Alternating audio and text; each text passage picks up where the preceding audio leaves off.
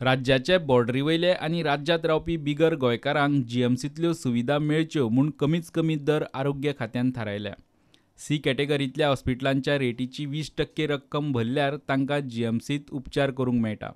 ते अशे: breast cancer जीएमसींतलो रेट 28,750 रुपया. सी कॅटेगरी हॉस्पिटलांतले रेट 25,000. बिगर गोंयकार भरतले 5,000 रुपया. हार्निया ऑपरेशन जीएमसींतलो रेट 34,000. सी कॅटेगरी हॉस्पिटलांतले रेट 30,000. बिगर गोंयकार भरतले 6,000. ओपन हार्ट सर्जरी जीएमसींत 1,72,000. सी कॅटेगरी हॉस्पिटलांतले रेट 1,50,000. बिगर गोंयकारांक 30,000.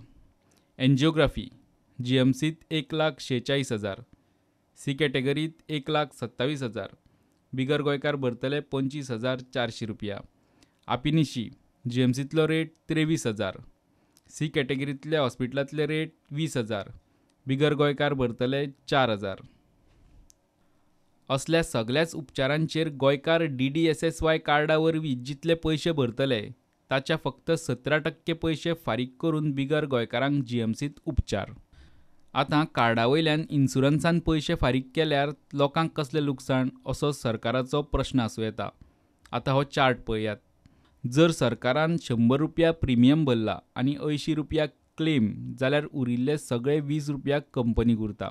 जर 75 रुपयाच क्लेम जाले जाल्यार 20 रुपया आनी उरिल्ल्या 5 रुपयांतले 10% कंपनीक वतले. फकत 4.5 रुपया सरकाराक परत मेळटले. जर 50 रुपयाच क्लेम जाले जाल्यार पयले 20 रुपया आनी उरिल्ले 30 रुपयांतले 3 रुपया इन्शुरन्स कंपनीक. सरकाराक 27 रुपया परत मेळटले. आनी जर क्लेम 90 रुपया जाली जाल्यार कंपनीक 10 रुपयांचेर सातिस्वेत रावचें पडटलें. हाचो अर्थ सरकार दर एका फामिलीक 3,500 रुपया फारीक करून 5 लाखां मेरेन कवर दिता. इन्शुरन्सांतल्यान फारीक जाता तो सरकाराच्या येणावळींतलो पयसो. कंपनी आपलें कांयच घालिना. तेच खातीर जीएमसी गोंयकारांक म्हारग पडटा. इतल्यार ना, सरकार जो प्रिमियम इन्शुरन्स कंपनीक भरता ताचेर 18% GST वता. त्या GSTचो अर्दो वांटो केंद्र सरकाराक. फाटल्या वर्सा लागीं 12 कोटी GSTकूच गेले.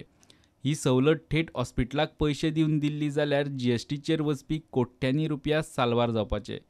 जर कर्नाटक आनी महाराष्ट्र सरकार तांच्यो मेडिक्लेम इन्शुरन्स स्किमी आनी मेडिक्लेम सवलत जीएमसीक उक्त्यो करता जाल्यार तांतल्या तातूंत जीएमसीक फायदो जावपाचो.